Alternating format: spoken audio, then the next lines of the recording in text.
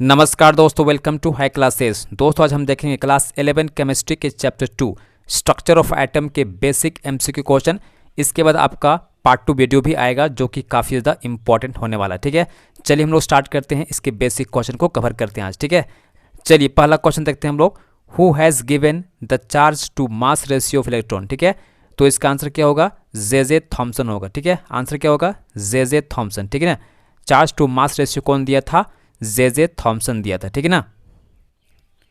अगला सवाल देखिएगा। ठीक है, हु इज परफॉर्म्ड। ठीक है, who is performed an oil drop experiment. ठीक है, इसका आंसर क्या होगा? आर.ए. मिलिकन। ठीक है, याद रखिएगा आर.ए. मिलिकन ने ऑयल ड्रॉप एक्सपेरिमेंट किया था। ठीक है ना।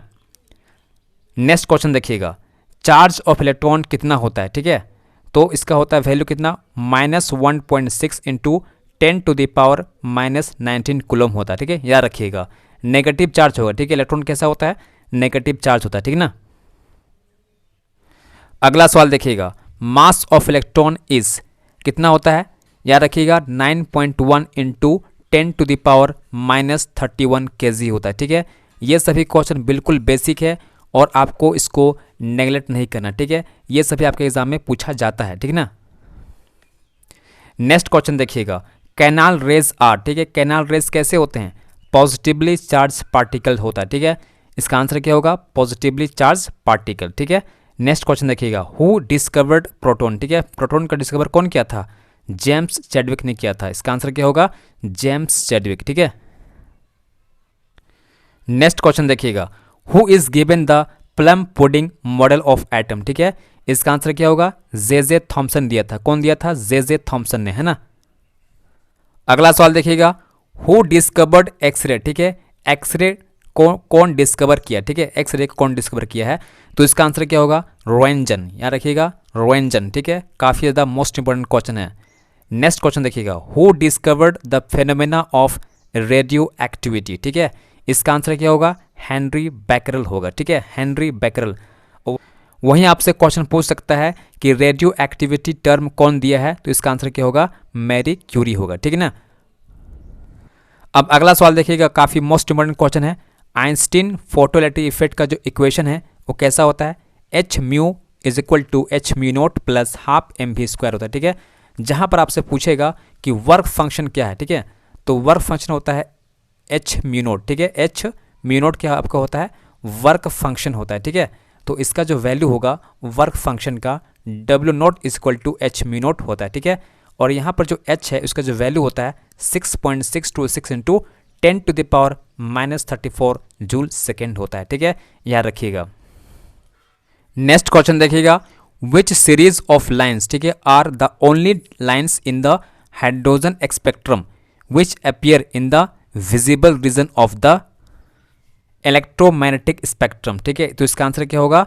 बामर सीरीज होगा। ठीक है, याद रखिएगा ओनली बामर सीरीज क्या होता है? विजिबल होता है। ठीक है, और इसका जो इक्वेशन दिया जाता है वो होता है आपका wave number is equal to 109,677। ठीक है, 1/2⁻² माइनस 1/n⁻² पर सेंटीमीटर होता है। ठीक है, जहाँ पर n जो होता है 3, 4, 5 होता है ना।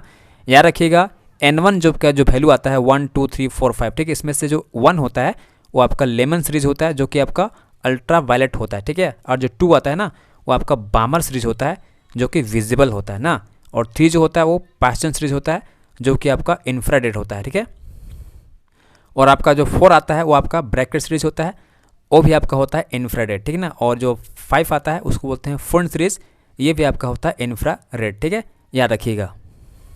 चलिए नेक्स्ट क्वेश्चन करते हैं, an electron can move only in those orbits for which it's angular momentum is integral multiple of. ठीक, कई बार आपसे एग्जाम पूछा गया। ठीक है, तो इसका आंसर क्या होगा? h/2π, जहाँ पर इसका जो ऑर्बिट का जो एंगुलर मोमेंटम होना चाहिए इंटीग्रल मल्टीपल ऑफ h/2π, वहीं पर इलेक्ट्रॉन क्या करेगा? मूव करेगा। ठीक है, बाकी में नहीं कर सकता। ठीक है, तो इसको याद रखिएगा h/2π होता है। ठीक है।